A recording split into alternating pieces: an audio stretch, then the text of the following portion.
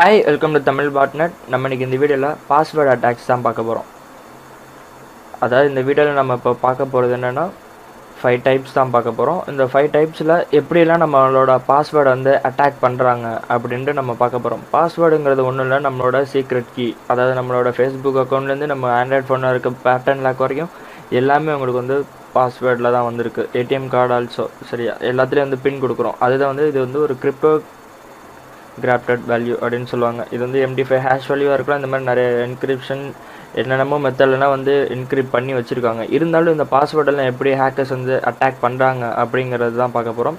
இதில் வந்து மோஸ்ட்டாக நடக்கிறது வந்து நம்மளோட மிஸ்டேக்ஸ் தான் சரிங்களா. என்கிரிப்ஷனில் ப்ராப்ளம் இருந்தாலும் அது அப்புறமேட்டு ஃபிக்ஸ் பண்ணிடுவாங்க. அதை கண்டுபிடிச்சாங்கன்னா மோஸ்ட்டாக அந்த என்கிரிப்ஷனில் இருக்கிறது வந்து 2வது பட்சம் வச்சுக்குவோம். ஆனால் மோஸ்ட்டாக இருக்கிறது வந்து நம்மளோட ஹியூமன் சைடோட வல்னரபிள் தான் நிறையா இருக்கும். அந்த இதுதான் நம்ம இன்றைக்கி பார்க்க போகிறோம் சரியா. இதில் வந்து நம்ம பார்க்க போகிறது guessing attack, brute force attack, dictionary and hybrid attack and keylogger attack. இதை தான் நம்ம பார்க்க போகிறோம்.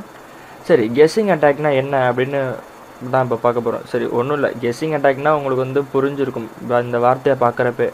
நம்மளே வந்து ஒரு அட்டாக்கர் வந்து ஈஸியாக வந்து பாஸ்வேர்டை வந்து கெஸ் பண்ணலாம். அதாவது இப்போ உங்கள் வீட்டில் ஒரு ஒய்ஃபை இருக்குது சரிங்களா. அந்த ஒய்ஃபை ரவுட்டருக்கு ஒய்ஃபை பாஸ்வேர்டு வந்து என்ன வச்சுருப்பீங்க அப்படின்னு கேட்டிங்கன்னா, யூசர் நேம் வந்து வேறு ஏதாவது ஒரு யூசர் நேம் கொடுத்துட்டு உள்ள பாஸ்வேர்டு வந்து என்ன பண்ணியிருப்பீங்க, உங்களோட ஃபோன் நம்பர் கொடுத்துருப்பீங்க. இல்லை உங்களோட உங்களோட டேட் ஆஃப் பர்த் நேமாக இருக்கும். இல்லாட்டி உங்கள் வீட்டில் இருக்கிற பெட் நேம். இந்த மாதிரி தான் வந்து மோஸ்ட் வந்து எல்லோரும் கெஸ் பண்ணுற மாதிரி பாஸ்வேர்டு வச்சுருப்பாங்க. இதுதான் வந்து கெஸ்ஸிங் அட்டாக் அப்படின்னு சொல்லலாம். இன்னும் ஒரு லெவலுக்கு மேலே போயிருந்தாங்கன்னா அவங்களோட லவ்வர் நேம்லாம் போட்டு வச்சுருப்பாங்க. இந்த மாதிரி வந்து நீங்களே கண்டுபிடிச்சலாம் ஈஸியாக. வந்து பாஸ்வேர்டை வந்து இந்த பாஸ்வேர்டு தான் வச்சுருப்பாங்க அப்படின்னு நம்மளே கெஸ் பண்ணுற மாதிரி இருக்கும். அதுதான் வந்து கெஸ்ஸிங் அட்டாக். இது வந்து எப்படின்னா, ஒரு ஹேக்கர் வந்து ரெக்கமெண்ட் பண்ணுவார். நம்ம ரெக்கக்னிஷன் பற்றிலாம் வீடியோலாம் பார்த்துருக்கோம் நம்ம சேனலில். ஒருவேளை அந்த வீடியோ பார்க்காத நியூ வியூவராக இருந்தீங்கன்னா அந்த வீடியோலாம் நம்ம சேனலில் போய் பார்த்துட்டு வந்துருங்க. அதாவது ஒரு ஹேக்கர் வந்து ஒருத்தரோட நெட்வொர்க்கோ இல்லாட்டி ஒரு பர்சனை வந்து ஹேக் பண்ணணும் அப்படின்னு நினைக்கிறாங்கன்னா ஃபஸ்ட்டு அவங்களோட பற்றின ஒரு இன்ஃபர்மேஷன் கேதர் பண்ணுவாங்க. அவங்கள சுற்றி இருக்கிறவங்க, இப்போ உங்களோட அம்மா அப்பா பேர், உங்கள் ஃபேஸ்புக் அக்கௌண்ட்டில் இருக்கிற ஃப்ரெண்ட்ஸு, நீங்கள் என்ன மாதிரிலாம் பாஸ்வேர்டு வச்சுருக்கீங்க அப்படிங்கிறதுலாம் அது மூலமாக தான் கண்டுபிடிப்பாங்க. இப்போ ஒரு ஃபர்கட் பாஸ்வேர்டு கொடுக்குறீங்க ஒரு அக்கௌண்ட்டுக்கு சரிங்களா, ஜிமெயிலாக இருக்கட்டும் ஏதோ ஒன்றா இருக்கட்டும், ஃபர்கட் பாஸ்வேர்டு கொடுக்குறீங்க. அதுக்கு வந்து செக்யூரிட்டி ஆப்ஷன்ஸ்னு வச்சுருப்பாங்க. பாஸ்வேர்டு வந்து ஃபர்கட் கொடுத்து ஒருவேளை பாஸ்வேர்டு சேஞ்ச் பண்ணணும் அப்படின்ற பட்சத்தில் கொஷின்ஸ் வச்சுருப்பாங்க. எனக்கு கல்யாணம் ஆன டேட் என்னது அப்படின்ற மாதிரிலாம் கொஷின் வச்சுருப்பாங்க. அப்படி கல்யாண டேட் கண்டுபிடிக்கணும்னா ஒன்றும் பிரச்சனை இல்லை. அவங்க ஹேக்கர் என்ன பண்ணுவார், உங்களோட ஃபேஸ்புக் ப்ரொஃபைல் போவார். ஒருவேளை இப்போ எல்லோரும் இப்போ மோஸ்ட்லி பண்ணுறது என்னென்னா, அவங்கள என்னென்ன விஷயம் நடக்குதோ அதை உடனே ஃபேஸ்புக்கில் ஏதாவது சோஷியல் மீடியாவில் வந்து அப்டேட் பண்ணி விட்ருவாங்க சரிங்களா. அதில் வந்து போய் பார்ப்பாங்க உங்களோட கல்யாண நாள் என்றைக்கு அப்படின்னு பார்த்துட்டு அந்த டேட்டு மந்த்தை கொடுத்துட்டு என்ன பண்ணுவாங்க, பாஸ்வேர்டை ரீசெட் பண்ணி ஹேக் பண்ணிடுவாங்க. அப்புறமேட்டு நம்மளோட பாஸ்வேர்டை யாரோ தெரிஞ்சிச்சு ஹேக் பண்ணிட்டாங்க அப்படின்ட்டு நீங்கள் புலம்பி ஒன்றும் பிரயோஜனம் இல்லை. இந்த மாதிரி தான் கெஸ்ஸிங் அட்டாக் வந்து நடக்கும். இது வந்து உங்களுக்கு புரிஞ்சிருக்கும் அப்படின்னு நம்புகிறேன். அடுத்தது fruit force attack. Brute force attack அப்படிங்கிறது என்னென்னா, ஒரு சாஃப்ட்வேரை பேஸ் பண்ணி இருக்கிறது சரிங்களா. இப்போ நீங்கள் ஒரு பாஸ்வேர்டு வச்சுருக்கீங்க இல்லை, நம்ம சும்மா இப்போ ஒரு கீவேர்டு ஒன்று எடுத்துக்குவோம். 1 2 3 அப்படிங்கிறதான் ஒரு இதுக்கு பாஸ்வேர்டாக வச்சுருக்கீங்க சரிங்களா. அந்த 1 2 3 காம்பினேஷன் இது வந்து இந்த ப்ரூட் ஃபோர்ஸ் சாஃப்ட்வேர் வந்து பண்ணி பார்க்கும். அதாவது என்ன பார்க்கும்னா 3 to 1 அப்படின்னு போட்டு பார்க்கும், 2 3 1 அப்படின்னு போட்டு பார்க்கும், 1 2 3 அப்படின்னு போட்டு பார்க்கும். இந்த மாதிரி வந்து எல்லா கெஸ்ஸிங்லேயும் வந்து காம்பினேஷன் பண்ணி பார்க்கும். நம்ம கொடுக்குற வேல்யூக்கு ஏற்ற மாதிரி அதுவே வந்து ஒரு அல்காரிதத்தை யூஸ் பண்ணி வேர்ட் லிஸ்ட் வந்து ஜென்ரேட் பண்ணி அதுவே ப்ரூட் ஃபோர்ஸ் பண்ணி பார்க்கும். ஒன்றும் இல்லை, அதுதான். இப்போ உங்களுக்கு புரிஞ்சிருக்கும் அப்படின்னு நம்புறேன். சிம்பிளாக சொல்லணும்னா, நீங்கள் வச்சுருக்க பாஸ்வேர்டை நீங்கள் கொடுக்குற நேம், இப்போ வந்து என் நேம் பிரித்திவ், என்னோடய பாஸ்வேர்டு வந்து ஏதாவது பிரித்திவ்னு வச்சுருக்கேன்னு வச்சுக்கோங்களேன். என்னோடய நேமே கொடுத்து பார்ப்பாங்க. பிரித்திவ் 1 2 3, 1 2 3 பிரித்திவ், கே பிரித்திவ், இந்த மாதிரி தமிழ் பாட்டன் பிரித்திவ், இந்த மாதிரிலாம் நிறைய வந்து காம்பினேஷன்லாம் செட் பண்ணலாம். இந்த மாதிரி கூட உங்களுக்கு அட்டாக் பண்ணலாம். இதை வந்து ப்ரூட் ஃபோர்ஸ் அட்டாக். இது வந்து என்னென்னா, சிஸ்டமேட்டிக்காக வந்து சிஸ்டம் வந்து ஆட்டோமேட்டிக்காக உங்களுக்கு ப்ரூட் ஃபோர்ஸ் அட்டாக் வந்து ட்ரை பண்ணி பார்க்கும். அடுத்தது டிக்ஷனரி அட்டாக். அது என்ன டிக்ஷனரி அட்டாக் அப்படின்னு கேட்டிங்கன்னா, உங்களுக்கு ப்ரூட் ஃபோர்ஸ் வந்து ஆட்டோமேட்டிக்காக அது வேல்யூவை ஜென்ரேட் பண்ணி காம்பினேட் பண்ணி அது வந்து சிஸ்டம் மூலயமா வந்து பாஸ்வேர்டு வந்து அட்டாக் பண்ணும். டிக்ஷனரி அட்டாக் அப்படிங்கிறது என்னென்னா, மோஸ்ட்டாக வேர்ல்டு முழுக்க உங்களுக்கு யூஸ் பண்ண பாஸ்வேர்டு லிஸ்ட் வந்து ஒரு டிக்ஷனரி மாதிரி ஒரு ஃபைல் எடுத்து வச்சுருக்கும். அந்த ஃபைலில் இருக்கிற பாஸ்வேர்டு வந்து போட்டு மேட்ச் பண்ணி பார்க்கும். இதுதான் ஒன்றும் இல்லை. இப்போ நீங்கள் சாதாரணமாக ஒரு புக் எடுத்துக்கோங்க, டிக்ஷனரி. அதில் என்ன பார்ப்பீங்க, உங்களுக்கு எந்த மீனிங் வேணுமோ அதை எடுத்து பார்த்துட்டு திருப்பி வச்சுருவீங்களா, அதே மாதிரி தான் இது. டிக்ஷனரிங்கிறது ஒரு புக்கு மாதிரி கற்பனை பண்ணிக்கோங்க. இந்த இப்போ பாஸ்வேர்டு அட்டாக்ல இதில் வந்து மோஸ்ட்டாக வேர்ல்டு முழுக்க யூஸ் பண்ண எல்லா பாஸ்வேர்டும் லிஸ்ட்டும் ஸ்டோர் ஆகிருக்கும்.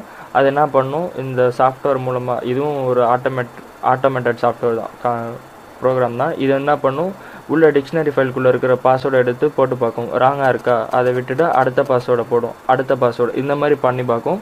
இதில் ஏதாவது ஒன்று கிளிக் ஆகிரும் மோஸ்ட்லி, சரிங்களா. அந்த மாதிரி தான் வந்து உங்களுக்கு டிக்ஷனரி அட்டாக் நடக்கும். உங்களுக்கு கெஸ்ஸிங் அட்டாக் கூட ஈஸியாக முடிச்சிடலாம். ப்ரூட் ஃபோர்ஸ் அட்டாக்கு வந்து கொஞ்சம் டைம் எடுக்கும். டிக்ஷனரி அட்டாக்குக்கும் அது பாஸ்வேர்டை கிராக் பண்ணுறது வந்து உங்களுக்கு டைம் எடுக்கும். அடுத்தது ஹைப்ரிட் அட்டாக். எதனா ஹைப்ரிட் அட்டாக் அப்படின்னு கேட்டிங்கன்னா, ப்ரூட் ஃபோர்ஸ் அட்டாக் அப்புறம் டிக்ஷனரி அட்டாக், இந்த ரெண்டத்தையும் கலந்தது தான் வந்து ஹைப்ரிட் அட்டாக். ஓகே, அடுத்தது கீலாகர் அட்டாக். அது என்ன கீலாகர் அட்டாக் அப்படின்னு கேட்கலாம்.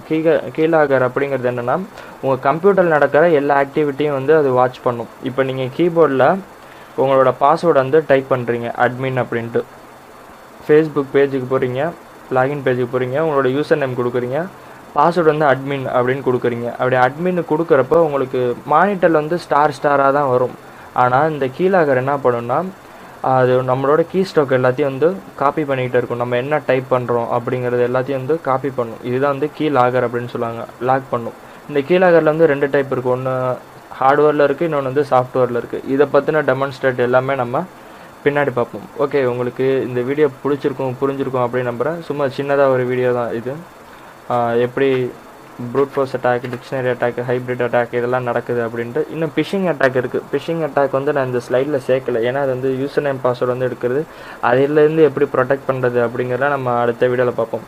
சரி, இந்த மாதிரி பாஸ்வேர்டு அட்டாக்ஸ்லேருந்து உங்களை ப்ரொடெக்ட் பண்ணணும் அப்படின்னா நீங்கள் என்ன பண்ணணும் அப்படின்னா, உங்களுக்கு பாஸ்வேர்டு வந்து கொஞ்சம் ஹை லெவலில் வைக்கணும்.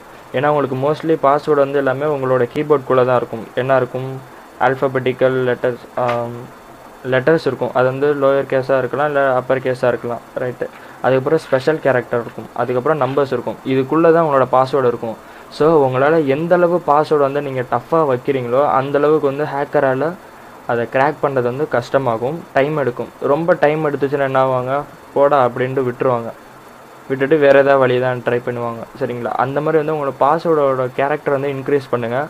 Appar case, lower case, special character இது எல்லாமே நீங்கள் யூஸ் பண்ணீங்க அப்படின்னா உங்கள் பாஸ்வேர்டு வந்து கொஞ்சம் ப்ரொடெக்டாக இருக்கும். அதாவது இப்போ பாஸ்வேர்டு சரி அப்பர் கேஸ், லோயர் கேஸ் எல்லாத்துலேயும் வச்சுருக்கேன், இருந்தாலும் எப்படி கிராக் ஆகும் அப்படின்னு கேட்டிங்கன்னா, உங்களுக்கு ரிலேட்டடாக இல்லாத கெஸ் பண்ண முடியாத பாஸ்வேர்டாக, எல்லோரும் டிஃபால்ட்டாக வைக்காத பாஸ்வேர்டாக இந்த மாதிரி வச்சிங்கன்னா உங்களால் ஓரளவு ப்ரொடெக்ட் பண்ணிக்க முடியும். இதுதான் எனக்கு தெரிஞ்ச அளவு நான் இன்றைக்கி பாஸ்வேர்டு அட்டாக்ஸ் பற்றி உங்களுக்கு சொல்லிக் கொடுத்தேன். இன்னும் எதாவது நான் விட்டுருந்தேன்னா நீங்கள் கீழே கமெண்ட் பண்ணலாம். இந்த வீடியோ உங்களுக்கு பிடிச்சிருந்தா புரிஞ்சுன்னு சொல்லுங்கள். பிடிச்சிருந்தா லைக் பண்ணுங்கள், பிடிக்கலன்னா டிஸ்லைக் பண்ணுங்கள். இந்த வீடியோ பிடிச்சின்னு கமெண்ட் பண்ணுங்கள். தேங்க்ஸ் ஃபார் வாட்சிங்.